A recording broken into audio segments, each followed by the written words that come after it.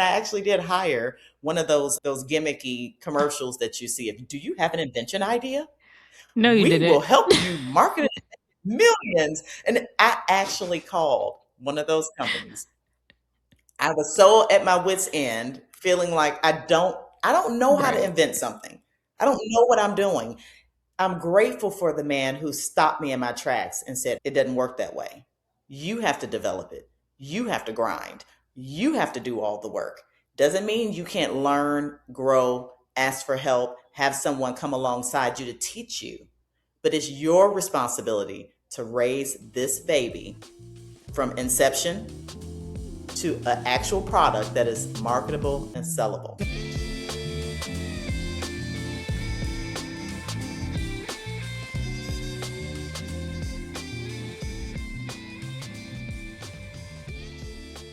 Welcome to the Kickback with Keri podcast. I'm your host, Keri Henderson, and today I'm kicking back with Angelique Warner. She is a maternal health advocate and the only Black woman in the United States to design, patent, and manufacture a baby carrier. As the founder and inventor of GoGoVie Premium Baby Carrier, Angelique is transforming how hospitals support breastfeeding, bonding, and postpartum recovery one family at a time. GoGoVie has earned national recognition as a finalist for the Chicago Innovation Awards, a semifinalist in the Black Ambition Prize, and is a top-rated baby carrier by parenting experts. In this episode, we're talking about how a product like GoGoVie can reduce postpartum depression. We explore the realities of what it's really like to create a product without design experience and the biggest lessons inventors need to know when filing for a patent. We also talk about the importance of knowing your worth when you're exploring building a business and entertaining investors. And Angelique shares the one piece of parenting advice we really need to let go of as a community. This is a conversation you don't want to miss. Thank you so much for joining me on the podcast today, Angelique. I'm excited to talk about GoGoVie. What inspired you to start GoGoVie in the first place? In the first place, we're going to go way, way, way back. I had this idea actually in 2005.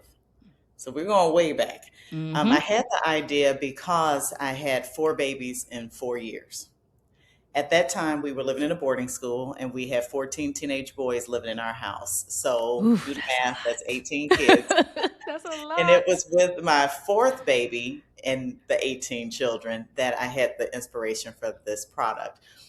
It was in what I always call a potty emergency. So I had 1-year-old twins, and I'm potty training them. Had a very active 4-year-old son, and then I have this newborn. So in this potty emergency, I'm holding the baby to the breast, nursing her. Twins say we got a potty. So of course, I need both hands to get 2 babies to the potty, but I didn't have 2 hands because I'm holding the baby nursing. Had this whole dilemma of try to break her latch so I can put her down, and it didn't work. She kept tightening her lips and mean mugging me like I'm eating, and I don't care what they got going on, but I'm eating. And Right. so I couldn't get her unlatched, so I just had to hold her with one hand and see about the twins with this hand. As soon as I got them to the potty in time, before they wet themselves, when I got them to the potty, I literally had a vision. I was holding a baby, looking at them on the potty, and saw a buckled carrier that held her in this cross cradle in arms position. There was built in privacy, and my hands were free. Mm. And I said, oh my God, I need a carrier like that. Because my baby would nurse in the traditional carriers where the baby sits upright and you can try to lower the baby to the breast. And it is a try because they're not created for breastfeeding positioning. Right. Right. You could try to, but my baby would not do that. She would always throw her body and her head to the side, like nurse me in the way I like to be nursed. And there was nothing for that. So when I saw that, I realized that I thought it was on the market.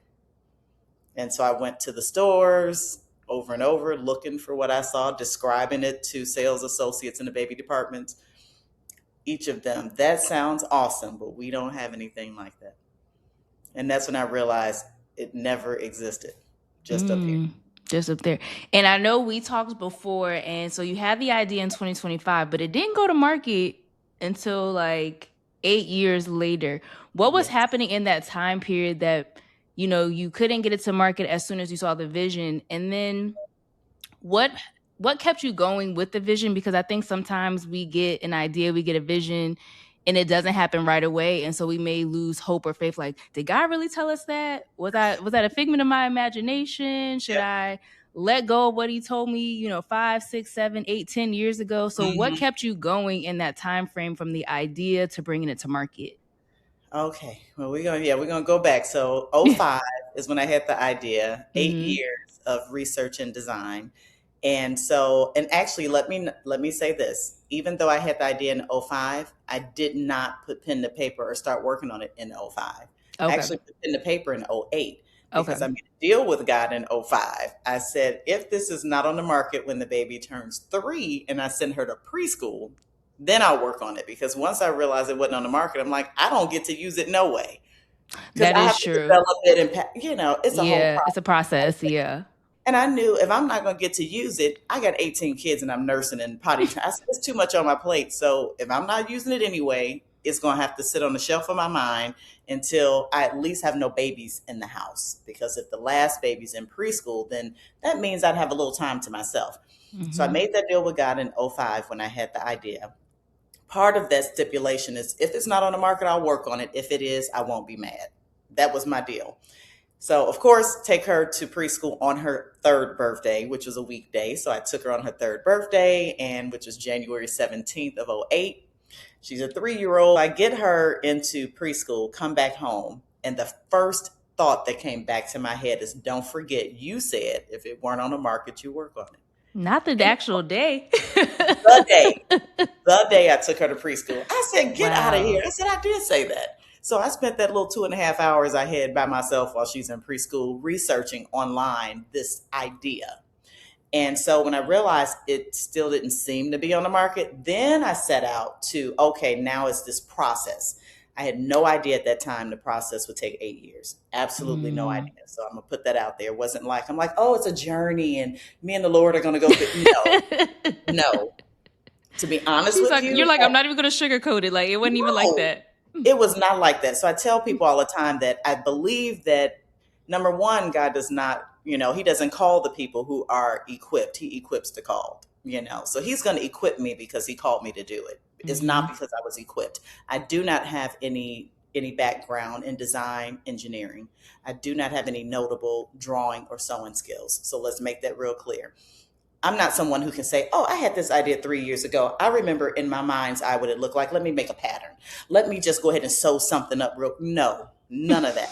I'm like, I have an idea and I draw stick figures. I draw little stuff that a third grader would draw. And I'm like, where do I start? Right. So when I saw it wasn't on the market, the process, you asked, how was the process for 8 years? I believe God showed me how big it was going to be when He finally got me involved with, okay, I'm going to do this. Then I had vision for the end result, that it being a product that would transform the baby carrier world, all this stuff. I got excited. So that was the carrot for 8 years. Why I Okay. didn't give up. It was a carrot. Don't forget what you saw, how Mm. instrumental this would be in changing the landscape of breastfeeding, being a support tool. This is what's going to change the landscape of bonding with babies in a way that you couldn't in a baby carrier before. So that carrot and trusting that I know what I saw. That's what kept me going and not giving up, because it was very hard. So not knowing it would take 8 years, but knowing what I saw the end vision to be, I just couldn't give up, because I'm like, I know what I saw. I Hmm. saw it so clearly that it must be done. And that 8 years took so long, again, because I can't draw and sew. And so I had to engage you know, some the seamstresses. Hmm. I had to ask them for some help, and seamstresses were trying, but they weren't hitting the mark. And so I get another one. Try, don't hit the mark, get another one. It was just this thing of nobody Yeah. jump in my head. And so I'm trying to describe it the best that I can. They're like, if I had a pattern, and I'm like, I don't have a pattern. I saw something one day years Right. ago. I Right. don't know. In the end, I had to let all the seamstresses go. The last one, for very particular reasons, I had to let her go. But then at that point, I said, okay, God, obviously it's me and you. And so 3 a.m. inspirations, waking up with fix this, change that, try this, try that. I was able to figure it out with just cutting out literally paper sometimes, trying to check the shape. And then if that Hmm. shape seems right, cut out that shape in some muslin fabric, some thin and cheap, hand stitching, because I know how to sew buttons. So I'm like, okay, let me You're like, I could do the minimum. I can do the minimum. Let me I could do the hand minimum. stitch. Seriously, taking that to girlfriends, because at this point, my babies are in school. Yep. Taking this to girlfriends, saying, I'm going to lay this fabric on you and around your baby, hold your baby, and let's see if the dimensions look right. That's how I came up with a pattern. Holding, like, don't let your baby go. This is not holding your baby. I just want to lay it across you and your baby with the back and see if this looks like it could be right. If it does, okay, we're going to roll with this. And then eventually I took what I thought looked right to my auntie, asked her, can you sew me something that is sturdy? Now I got some better fabric, nothing that's going to be my final, but just something better. Sew this up. Let this mom put it on her and her baby without holding the baby, and let's see if this is right. That mom said, I think this is it. Let's rock with this. That I took that, then taking that and making a pattern out of paper, taking it to a pattern maker. Okay. Which is different than the seamstress. Yes, gotcha. I asked the pattern maker, can you digitize this pattern and give me the actual measurements? So she digitized that and gave me the measurements of what I was able to cut out and take to her. Then from there, I took that to a professional manufacturer and said, can you make me a real prototype? Everything done. When that person did that, I took that back to that mom. She's like, honey, it's time for you to go to market. This is it. And so that's how Nurse and Go, that was the original brand Nurse name. and Go, okay. Nurse and Go was born. And I saw, I forget the show because I saw it on YouTube. How many prototypes did you have? Because I saw that video and they started counting, and then at one point I think they put like question marks. I said, y'all didn't have to do her like that. It did. Y'all didn't have to do her like that because she had that many prototypes. I did. And that's the crazy part. It sounds ridiculous, but I literally did. I'm glad you asked that. I don't even know. I think that's why they did the question mark, because I know that it was definitely over 20. It was crazy. And then I don't know if this surpassed 30, because when I watched it, I think it was over 20, and then it was like question mark, question mark, question mark, and I was like, y'all wrong for that. They were wrong for that, but I think it's because I kept showing them more things, and I have a whole tote bin. You literally you had a bit, and you were just like, and then this one, and then this one. And then we changed to this one. And then it changed. And then it was this one. And they were just like, okay, she got a lot going on. A whole lot going on. Now, it's so funny because that was the whole truth. Somebody who does not know what they're doing, I'm trying to chase after what I saw years prior, 2005. And I'm trying to chase. Can you imagine somebody? That vision was as quick as somebody saying and taking it away. And then you're trying to chase, figuring out the mechanics and the engineering around something you saw like that in your mind's eye. I mean, let's be real. It took forever. So I had a lot of iterations and just trying to figure it out. I mean, I was honestly like, God, I want to bring to market what you showed me. Yeah. And it just took a minute.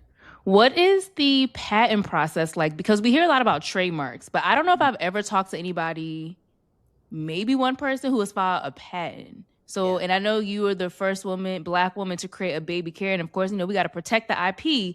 What is that process like? That process should not have been as hard as it was, number one. And I'll tell you why it shouldn't have been that hard. But it was that hard for me because I didn't have the money to just pay an IP attorney and say, this is my idea. Here are the specs. Here is all the details. Go file my patent application. I didn't have the money to do that. Patent attorneys are very expensive, very expensive. On the cheap end, and I got a discount because my kid's Sunday school teacher at the time, her son was a patent attorney. Nice. And he was not willing to work at a discount, but he said, I have a buddy of mine who would do it. He may give you a discount. And so I told him, thank you. I went with that patent attorney. And what took so long is that I was still doing all those iterations while I'm filing for a patent application.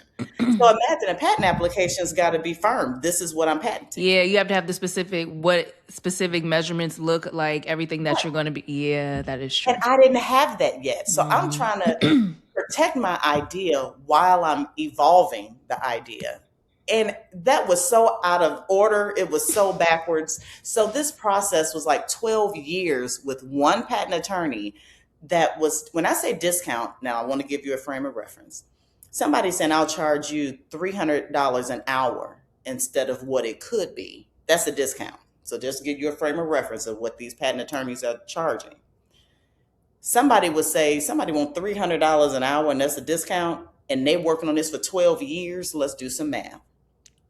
Yikes. He got behind on filing things the way he should for me, because I think at some point I became a joke. He was being audited one day. He contacted me and said, we got a dilemma. I'm being audited because I'm not handling things in the way I should. Late fees up the wazoo. He would always pay the late fee because he was the one not filing stuff when he's supposed to. Yeah. But he's like, I know I've been covering these late fees because it was my fault. And I know I haven't been, he said, this audit is going to make me lose my license. It ain't that serious. So he said, let's do this. You sign a form to say that I'm working for you pro bono, and then I won't charge you anymore.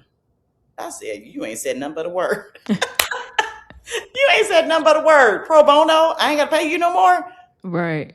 So that's how it's still stretched out forever, because again, pro bono, he's still doing stuff late and not taking care of things when he's supposed to. It was just a whole joke.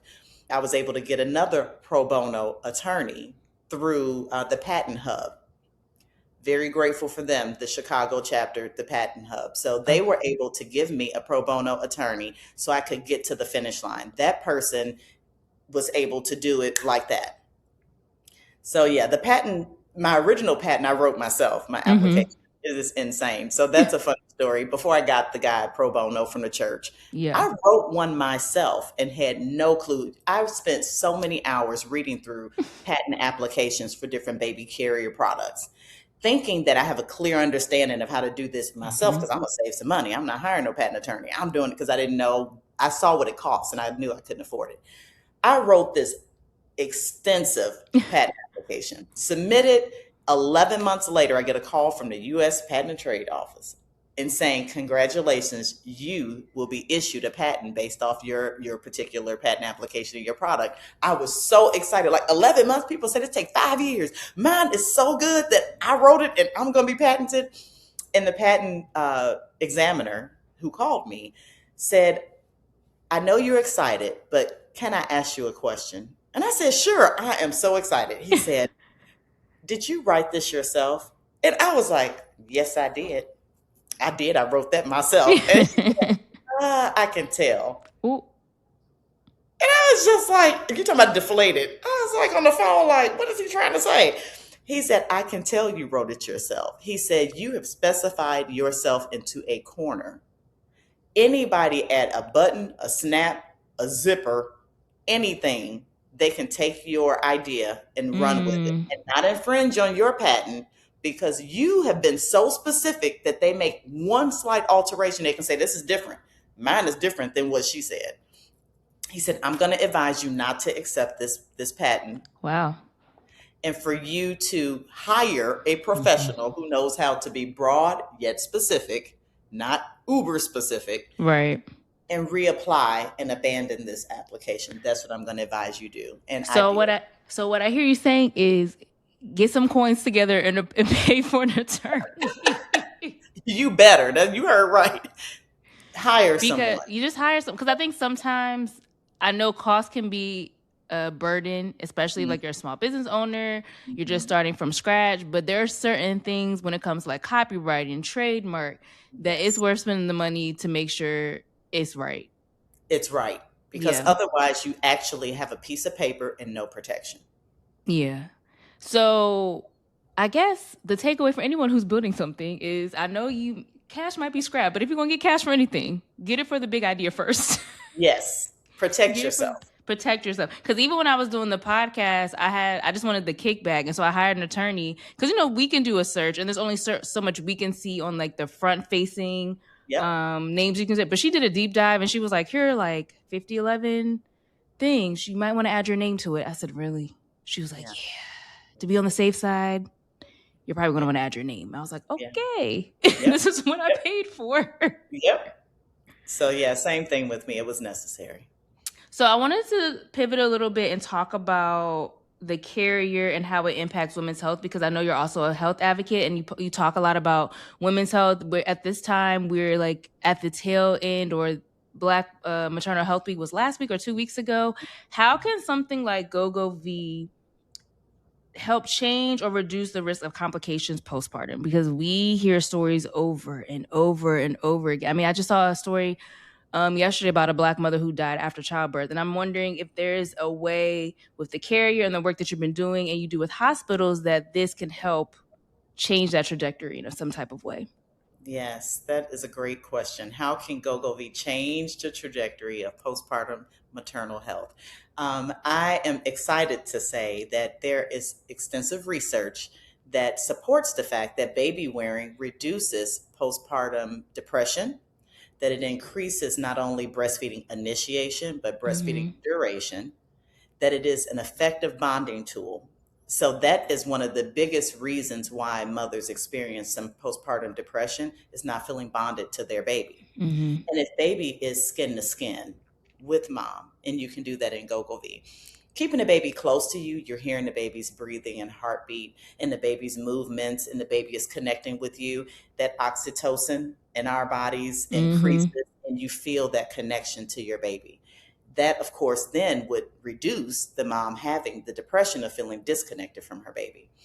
One of the things it also does is keep mom mobile immediately after Mm-hmm. postpartum. So many mothers are not mobile after they have a baby. They're exhausted. You need to rest. Your body has to regroup.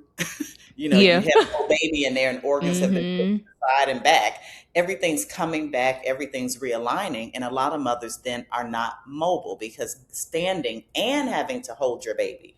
You may be wobbly, you may not be as stable on your feet, you're tired, you still have some swelling, all the things. Yeah. So mothers are not as mobile right after. GoGoVie is a support tool. So mom can bond with baby, but she also is hands-free to regain mobility sooner postpartum. So that's another reason why it's beneficial.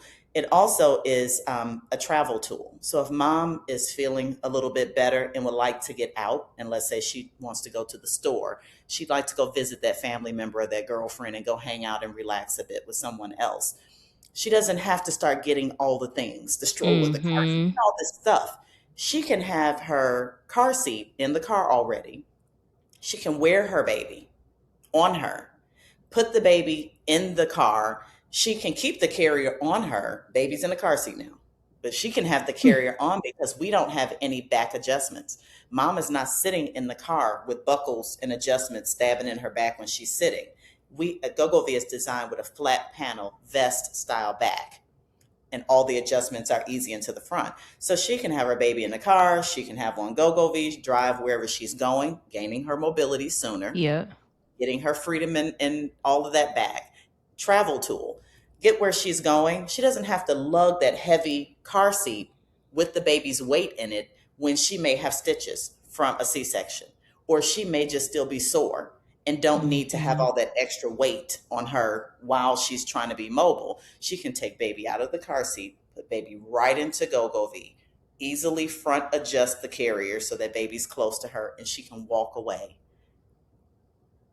Now she's again gaining that Gain mobility, the mobility. part of Yeah. postpartum health. And then if baby is Yeah. breastfeeding, the reason GoGoVie is such a great breastfeeding support tool is that if mom has initiated breastfeeding in the hospital, there's usually a disconnect from education and then real life.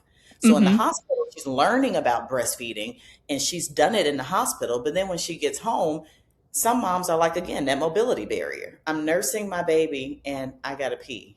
I'm nursing my baby. I'm thirsty and my water is not with me.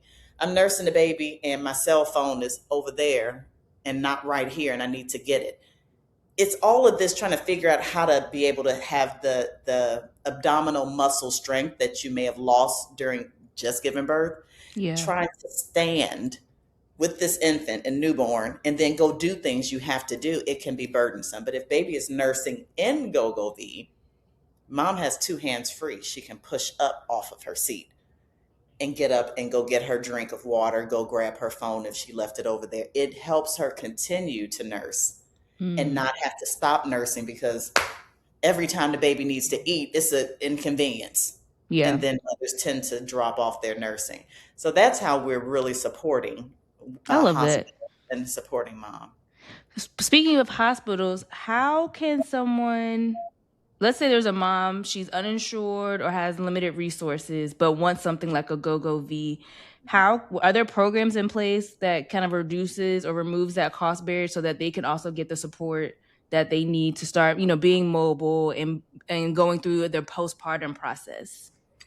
That's a great question, too. I am trying my hardest to partner with more organizations, community organizations that will help in this way, because every mom is not giving birth at the two hospitals that are partnered with me currently, which is Right. Rush United Medical Center and Franciscan Health in Olympia Fields. Obviously, everybody's not giving birth at those two places where they would receive GoGoVie. Now, at Rush, they're receiving GoGoVie if they participate in a birth or a breastfeeding course. Then when the course is over, they're gifted GoGoVie as a support tool to enhance that breastfeeding journey. Those who give birth at Franciscan Health, if they are a Medicaid recipient, so it's still a niche market, when they give birth, they go home with GoGoVie as a support tool for Nice. breastfeeding and bonding. But again, like you mentioned, every mom's not giving birth at those. So then where can they get the discount if they can't afford GoGoVie, which retails at $179 on my website or Target.com, or soon back up on Amazon.com. I'm partnered right now with Win Network, which is in Detroit. It's a community organization. I'm also partnered with Sister Song, a birth justice organization, and they have multiple locations. And partner with the Puddle Project. The Puddle Project supports pregnant teens. So right now, those three organizations have said, you know what? If this mom is not giving birth at Rush or Franciscan Health, we've got to find a way to still support mothers who may have limited income. I'm trying to get in with WIC as well to get, then WIC will encompass a whole lot of families that may have a financial need and need a support tool like GoGoVie. So right now, one of the WIC managers here in Illinois has spread the word amongst the different WIC agencies in Illinois. And again, this is something that's needed around the country and around the world, not just Illinois, but Exactly. starting local where we are. Gotta You start know, somewhere. got to start somewhere. So we're doing it local. Let other people know about this support tool so that you can then partner, so that you can buy it wholesale. I'm not trying to sell it retail to these organizations. If they're going to buy in bulk, they need a wholesale rate. So the more GoGoVie baby carriers they purchase, the less they pay for each unit. And then they're able to give it. Some of them are using a learn to earn program. So if mom takes a breastfeeding course like with WIC, or if mom comes in and learns about lactation and about bonding and baby safety, whatever program they're running, run your program. If the mom is interested and she's learning and she completed your program, let GoGoVie be part of her gift that she earns when she learns. Nice. So yeah. Because you're both a business to consumer and business to business brand, what does getting the hospital partnerships look like? Because we hear a lot about, I think a lot of the business owners I've had online so far have been for consumer, like direct to consumer, and I don't hear a lot of people talking about how does that work when you're going from like, direct to another business, like getting those partnerships, because I think there's a lot of great sales opportunities that I think a lot of consumer product businesses miss, trying to always go direct to consumer. But I'm like, y'all, the money, the It's B2B. partnerships is B2B. That's where you want to Yeah. be. So Yeah. talk a little bit about like how you got your partnerships with the hospitals. Okay. Well, I started out B2C, business to consumer. That's where I started. And I had an aha moment that ironically dates back to my original business plan years ago. I always said I wanted GoGoVie to be offered to patients through hospitals. And that way you go home with what you need. Hospitals usually give you a little care package when you give it. Right. That should be a part of the care package. Thank you. I'm like, they give you, all this. Usually, if it's not a baby friendly hospital, they give you formula. Baby Mhm. friendly hospitals don't support formula feeding, they support breastfeeding. So they don't pass out formula. But usually, you go with some care package of diapers, wipes, and formula, maybe a onesie that's got the hospital's logo. You get gazillions of coupons for all the different products that you could save if choose to buy these products. But I'm like, a baby carrier is what families need, because hospitals will give discounts on car seats if a family does not have one or can't Hmm. afford to buy it from the hospital. It's law. You can't leave a hospital holding baby in arm in Right. the car. Right. That's not allowed. It's illegal. So Right. hospitals have to have some on hand. First line of defense: mom, you don't have a car seat when you're leaving, someone's picking you up, we can sell you one. If mom says, I just don't have the money for it, we can give you a discount. Mom says, I can't afford your discount, they can discount it even more. Do Mm. you have this much? If mom's like, I don't have any money for a car seat, again, they can't let her leave without it, they have to give her a car seat for free.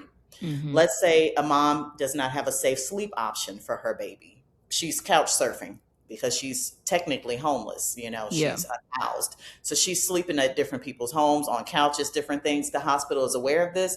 They can't let that baby have an unsafe sleep option. They have to offer it to her for a fee. She can't afford, discount, can't afford, discount more, can't afford, still can't afford, give it to Give it her. to her. Yeah. What I'm saying is that GoGoVie is a safe travel tool as well. So if, when you should make it available to all moms, number one, it shouldn't be Mhm. based on if she fits this dire situation. It's a support tool. Hospitals Mhm. will offer breast pumps to moms who are breastfeeding to extract her milk, to make it more convenient to get her to continue to nurse. So I'm like, give her GoGoVie as well. What I did is I had this aha moment that, yes, I need to be partnered with these hospitals to Yes. stop just focusing on one family at a time. Two, is too costly marketing one family at a time. So that was one hurdle. So then I said, let me focus on these hospitals. What I did then is to find someone who cares at the hospital. That's key, because everybody at the hospital could care less if moms have what they need when they leave the hospital. They say, go buy what you need. You can't buy it. That's a you problem. Right. It doesn't mean that they're cold. It's just like, we're not in the business of helping you after you leave. So whatever. So you Mhm. find who cares. What I found is that the people who care are those in the nursing department. So then you say they care, however, they don't have the power to make the decision. So then I had to find the nurse managers, the nurse directors, the VP of nursing, executive director of nursing, someone who Mhm. holds the purse for their Right. department. When I found the people who hold the purse for their department, then it came down to relationship. If I don't know that person who holds the purse, who does? So I find the person adjacent to that person. And so that person is through relationship. Hey, you are maybe on the board at the hospital. Can you talk to that leader that makes the decision and hold the purse, and ask them if they will have a meeting with me? Mhm. Because they know them, their request holds more weight. Yeah. So then they go and say, hey, I know about Angelique and GoGoVie, and I think this would be awesome for your department. I would love for you to meet her because I see the value and I think you need to see the value. Can you meet with her? Because they respect that person. They They're said, gonna sure. meet. Yeah. Then they met with me, and it's up to me to do a dynamic product presentation and a compelling pitch so that they will see that, open that purse for GoGoVie, because your patients deserve better and they're going to get better through you. And then they're like, oh, okay, that would be great. It's a great look on them that I Yeah. have given my patients an essential tool that they need, and it'll help our metrics. Our breastfeeding rates will go up. Our postpartum depression rates will go down. Hmm. Our patient satisfaction rates go up. They've got a gift that they really care about. So that's how the hospitals ended up coming about. Relationship led to an opportunity to have a seat at Opportunities. the table, and we went from there. Do we have any more hospitals on the horizon? We do, we Mm. do, we do. I I am like to looking. get I like to get exclusives here. So I am in conversation with Mhm. Franciscan Health in Indiana. Okay. They only have one location here, but they have most of their locations in Indiana. So I'm trying to say, okay, if you all are happy here, Let's expand over there. So I've Yes. already met with them, and they are trying to figure out the coins. Once they figure out the money piece of how to support this in those locations, and which it really is going to come from their community engagement funding. That's why I always tell hospitals, listen, so anybody who's with a hospital listening, it doesn't have to touch your bottom line. It does Okay. not have to come from your main hospital operations budget. All hospitals have community engagement funds, meaning that there's some grant, somebody's donated money and say, I want you to make sure that you're out in the community telling the community all the good work that this hospital's doing. They can use that funding and say, let's engage with the community by giving the community a product that supports them postpartum. Hmm. And so that's so I'm looking at that. I'm also looking at Ingalls Hospital here in Illinois. I've actually had conversations with Hoag Hospital in California, Orange County. They've got some coins, but they haven't pulled the trigger because their response was, our patients are very wealthy on average. They can buy that if they want. And I'm like, but you know what? You all have But concierge services for the rich and famous, don't you? You make sure the rich and famous don't pay for anything. I'm about to They say, have but that's not an excuse not to give someone a a product when they're leaving just because they can afford it. That was what I actually heard as the I feel pushback. And like if anything, that would be a part of like the whole concierge experience at a hospital. It's like, oh, you get to walk away with this new one of a yeah, kind baby carrier that you've never yeah. seen before, and you can do all these different things with it. Like most people don't have this because they want stuff that's new and no one else has. Thank you. That's why I was just like, are you serious? So it doesn't mean that it was a no. It was just that was the pushback. So I just have to keep pushing back to show them that, while because it was funny, they were they were happy to explain to me that their patients give birth overlooking the ocean. They have ocean views. They have whirlpool tubs in their room to do water birth. They have showers and steam showers to relax mom while she's in labor. She's got a sofa and a whole living room set up for her family members to be there while she labors. And I was thinking, why, again, concierge Uh huh. services. You give them all of this, but then you say, oh, they can afford to buy your product themselves. Why would we give them that? I was just like, that something is it's a disconnect. Yeah. But we're gonna go back and revisit that because I Okay, so believe we claiming that because that would be yeah, California, Orange County, they have coins over there. they have coins. So I yeah, used to them live in California. They have coins over there. they have some coins. So that's what I'm hoping for with them. And then I've talked with some different ones over in, of course, in Detroit. Talking to some in Michigan. So I'm talking to people, and I think that it's just a matter of them not looking at it as a bottom line hit because it's Yes. not like when they do a breast pump, they can give that, but they know the mom can bill insurance for it. And in a sense, the hospital doesn't take the financial hit because insurance will reimburse. So I'm trying to see if number one, I can get insurance companies to adopt GoGoVie like they've adopted breast pumps. It's a support tool. And if they Mhm. will, hospitals I think would jump on it like this, then with no question. If anybody watching and listening works in insurance, please reach out to Angelique. Yes, yes. Angelique Please at reach. GoGoVie.com. There you go. We can put her information in the show notes. Let's work that out. Get this out to all the hospitals. Let's do what we can to get this to Yes. the people that need it. What is one thing you wish someone had told you before you tried building a business while raising kids? That it ain't gonna be easy. It's not for the faint of heart. You have to keep your end goal in view, very close view. Um, that you have to insulate yourself with a very supportive support team. You have to have a village around you. You're going to have to be able to lean into learning. Mm-hmm. You're not going to always have the funds, so you got to Mm-hmm. lean into learning new things and leaning into that. Meaning, you're not going to keep trying to find someone to do it for you. I had a gentleman tell me. He said, "How many kids do you have?" I said, "4." He said, "GoGoVie is your fifth baby." I said, "Okay." He said, "Would you give any of your babies away to someone else Ask them to raise your baby to be a productive, influential, educated, caring human being, and then give them back to you when they're 18 and you take all the accolades. I said, of course not. I'm raising my own babies. Right. He said, again, GoGoVie is your fifth baby.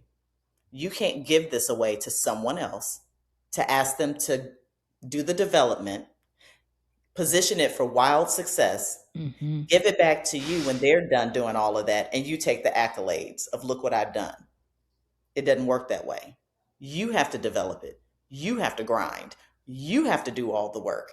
Doesn't mean you can't learn, grow, ask for help, have someone come alongside you to teach you. But it's your responsibility to raise this baby from inception to an actual product that is marketable and sellable, and then grow it to be wildly successful. And then you take your accolades for what you've done. Mm-hmm.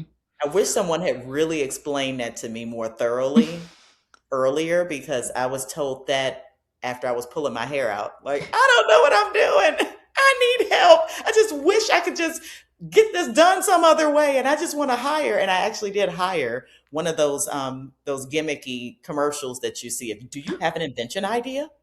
We will help you No, you market didn't. millions. And I actually called one of those companies. I was so at my wit's end, feeling like I don't know how to invent something. I don't Right. know what I'm doing.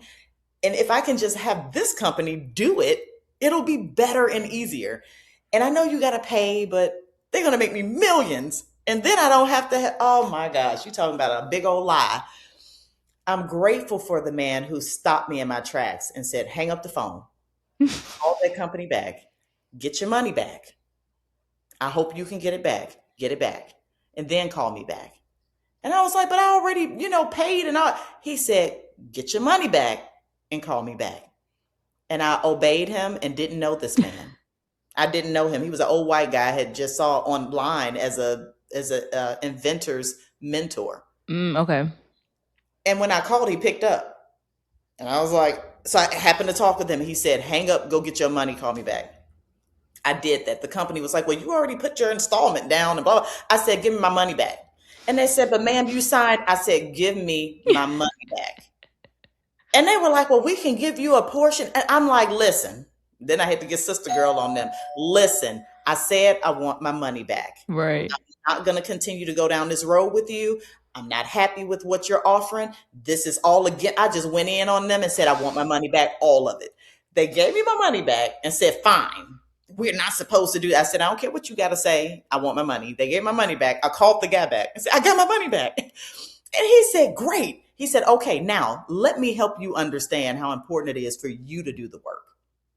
You're going to have to do it. And this was an inventor's mentor? Yeah. Nice. I found him online. I was at my wit's end and I felt like I just don't know what else to do. And I just engaged that company. And so, yeah, he told me.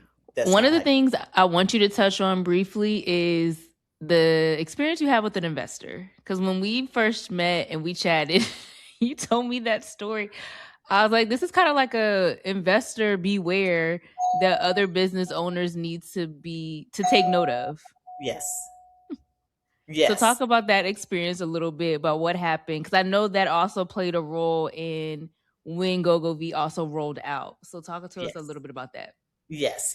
So I will say this, that when it came down to getting with an investor, I thought, I'll put it this way, I didn't know my value. Mm-hmm. I did not. I was told that if you have an investor, this person is going to help you get rich because they have all the money, they have all the know-how. So they're just going to help you get to your end goal sooner, and you're going to make all this money. So what I did is I engaged this investor, and this investor gave me a concept that I thought made a whole lot of sense. They said, would you rather have half a watermelon or keep a whole grape? And I was like, a half of a watermelon is like this big, and a whole grape is like this. And what he explained to me is what you have is a whole grape, and that whole grape is not benefiting you at all because it's nothing. You're going nowhere fast, but you still own all of it. If you share your idea with me, I can make it a watermelon and then we're going to split it 50-50. When I didn't know my worth, that sounded like gold. I was like, oh my gosh, I get to have half of a watermelon. This is everything. And then I later, because the pandemic came, thank Mm-hmm. God, let me not say thank God for the pandemic. That's insensitive. It was good timing for me. Yes. Good timing. We were Yes. literally in the throes of negotiating this contract. We had attorneys representing us negotiating this contract. And I had a lot of bad feelings about the contract in different ways, but I was still pushing because all I kept thinking is half a watermelon, half a watermelon, half a watermelon. And so I was pushing and pushing. And every red flag I saw was like, no, half a watermelon, no whole grape, no whole grape. All that to say is pandemic comes and all of the negotiations come to a screeching halt because it's like we don't know what's happening in the world. Oh my God, we need to Yeah. stop this. We need to figure out what's happening, what's going on, and so we put the brakes on negotiations. By the time we come back to negotiations, it's literally what, a couple years later, Yep. and I'm like, okay, they're starting to open up manufacturing again. Let me go back to him and see if we can move forward. I reached back out to him and he says, Angelique, you know what? During this couple of year hiatus, I've made some other transitional changes with my business. My kids are going to take over some things. I think I'm going to continue to chill. I'm older. Yeah. I don't think I'm getting back in the game. I'm good.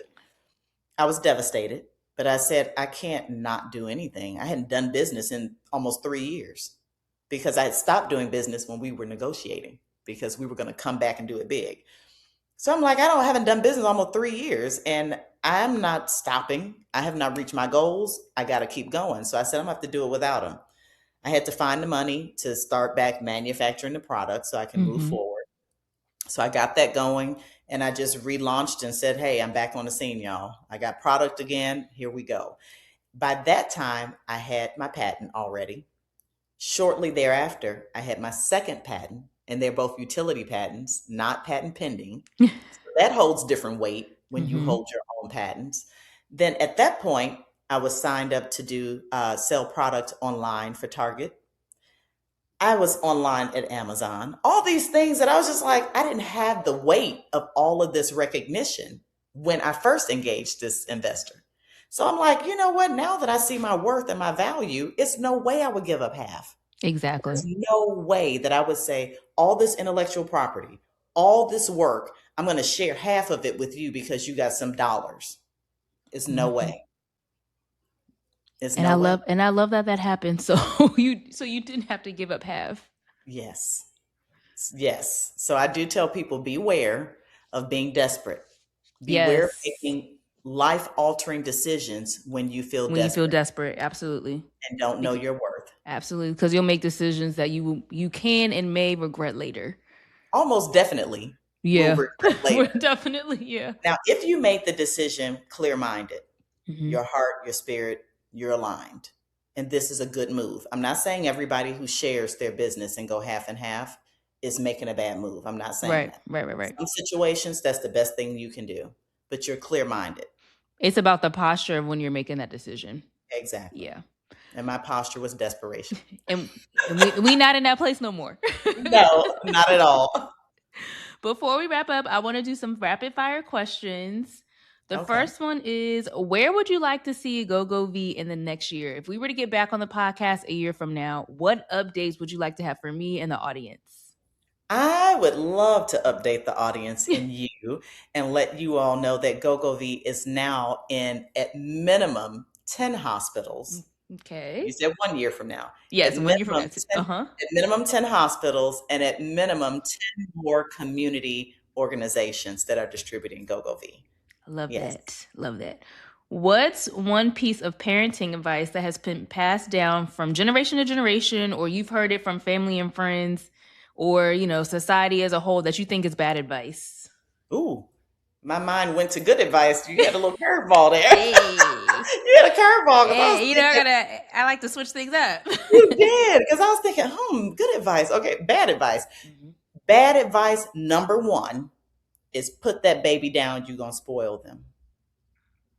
Number one, you cannot spoil a baby. People think that because the baby wants you and wants to be held, that that's you doing the baby a disservice because you're going to have them rotten and they're not going to want to be anywhere without you and they're not going to want. That is absolutely the wrong advice. If you fill up that baby's emotional cup and make them feel secure, loved, safe, protected, near, when they're Mm-hmm. older, studies show they're not out looking for love in the wrong places. They're not Mm, looking for someone else to fill their emotional cup because in their formative years, they were affirmed, loved, supported.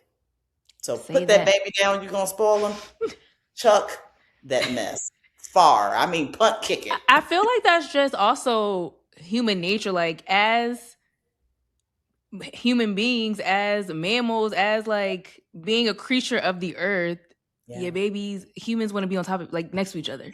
Yes. Like, You see you look that at in the other animal animals and you kingdom. see, like, you don't see other animals like they have babies and they're just like, okay, well, my baby's over there, and then we just no, they're under them, they're with them, Them. they're carrying them, they're making sure they, they have a whole like, if they something happens to them. I saw this girl on TikTok. One of the she has ducks in her neighborhood, and it was a mama duck and all her little babies, and three of them fell in the drain.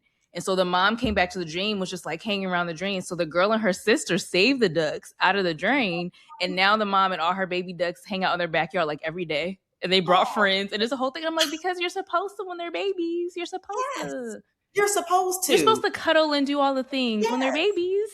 Yes. And I don't know. And I know, to be honest, I think part of that, I know this is rapid fire, but I just want to point this out. In It's our okay. community, in the Black community, you hear that so much. And I know it dates back to American slavery, Mm-hmm. not knowing when your children would be ripped from your arms and sold Mm-hmm. off somewhere else.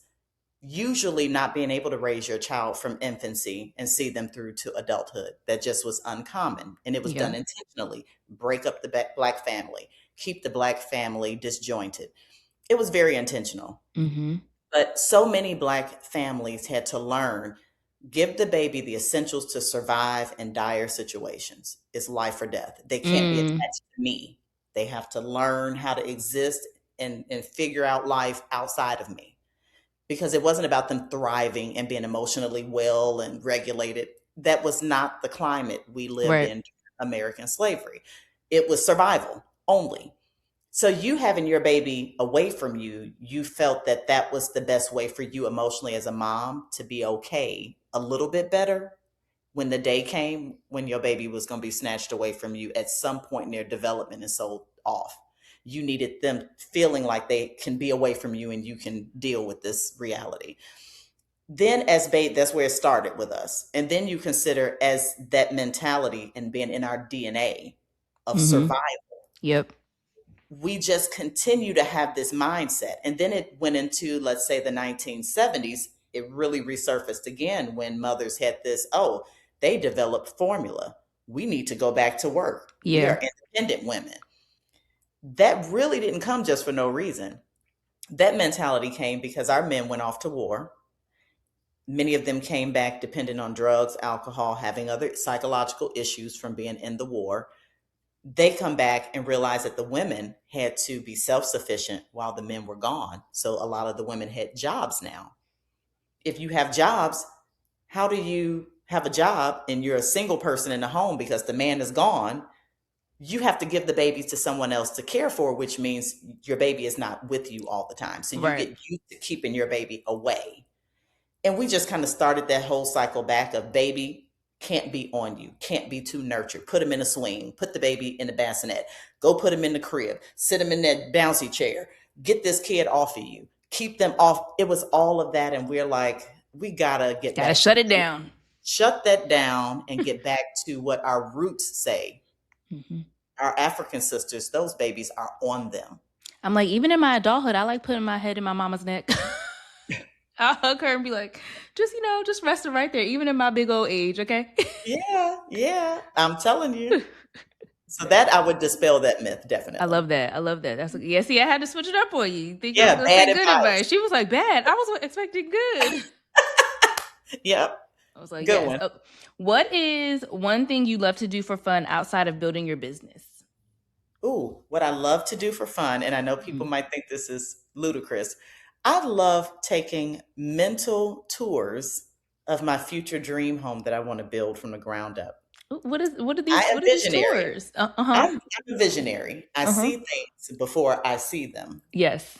And so I am a person that's so visionary. If you ever watch design shows Mm-hmm. where they show you the house all dilapidated, torn down, and messed up, and they show you how they're going to design it, Yeah. and so then they do that It's like that 3D, digital a 3D like digital view. rendering of what it could look Yes. like when And they they'll put show everything them in from there. Yeah. all different angles. We're going to do this in your living room. We're going to tear this wall down, put the wall up here, have an opening here, and we're going to arch it. And then we're going to put the painting here, the chairs here, the flowers here, and the sofa over here. And they show you what it looks like. I see things that way without a computer. Hmm. I love it. I literally see things up here finished. And ironically, when I bought this house, I did my whole wall display, had the room painted, put up all my decor before the furniture was delivered. In the furniture, I said, sit the sofa here. I Uh-huh. already measured from the sofa table Uh-huh. up exactly where I need to start hanging this. It's a 14-foot ceiling. I measured everything out with fish wire, hung all my stuff, everything up, sit this up, because I can see it done. I see it. And so Nice. what I do for fun, this is one of the things I do, is I'll just sit and relax and sip my tea and think about how I've designed a home from scratch and fully decorated. And that is so fun for me. It's a little escape. It's an Nice. escape to my future staycation. Have Oh, future staycation. I do. And then I love doing basic things like, hanging out with girlfriends, going to Mm-hmm. brunch and chit-chatting with them and having some wine and laughing Mm-hmm. and talking. And I enjoy FaceTiming with my new grand Candy. And Oh, he gets born in GoGoVie. He's 3 months old now, but lives in Florida. I'm here in Chicago, so I don't get a chance to see him all the time, but we FaceTime and I enjoy stuff like that. And of course the roller skating, and I oh, love nice. roller skating. Yeah, just fun stuff. Fun stuff. Active, being out. Yeah. Love getting out, speed walking. I enjoyed that. I enjoyed all the design shows, curling up and just looking at them. And yeah, all that good stuff. One final question. So Angie Martinez asked this question on her podcast In Real Life, Okay. and I think it's a great one. So I want to end with this. If God were to text you right now, what would he say? If he texts me right now, he would say, I'm so glad you took the call. I love that. You took the call. I called you and you answered. And you answered. And you Yes. answered. I love that. Answered. Yeah. Let everybody know where they can shop, where they can connect with GoGoVie, Yes. especially if anyone's tuning in that works at a hospital or an insurance. Let Yes. everyone know all the information so they can get in touch with you and with the brand. Okay. You can get in touch with me personally at Angelique at GoGoVie.com. That's email. If you want to visit our site, go to GoGoVie.com. That's GoGoVie.com. You can learn all about GoGoVie there. You can shop GoGoVie at GoGoVie.com. You can also shop GoGoVie at Target.com. We will be soon back up on Amazon.com. Had to pivot and do some testing that they required for Amazon and haven't finished that. But when I'm done with that, then I will be back up on Amazon.com. And if you are at Rush Hospital and you're taking a breastfeeding or birthing course, that's where you will find GoGoVie. And if you are giving birth at Franciscan Health Hospital in Olympia Fields, Illinois, you'll find GoGoVie there. So those are all the places it's at right now. And you can always give me a call if you need to at 833-GoGoVie. Okay, phone number. I know that's right. Yes, and you can find me on all socials at my yes. GoGoVie. So don't forget the my at my GoGoVie. Make sure you guys check out Angelique, GoGoVie, find her on social media. I'm going to, of course, have all the information in the show notes. Angelique, thank you so much for joining me on the podcast today. I appreciate you. Thank you all so much for tuning into this episode, and I will see you guys next time. Thank you.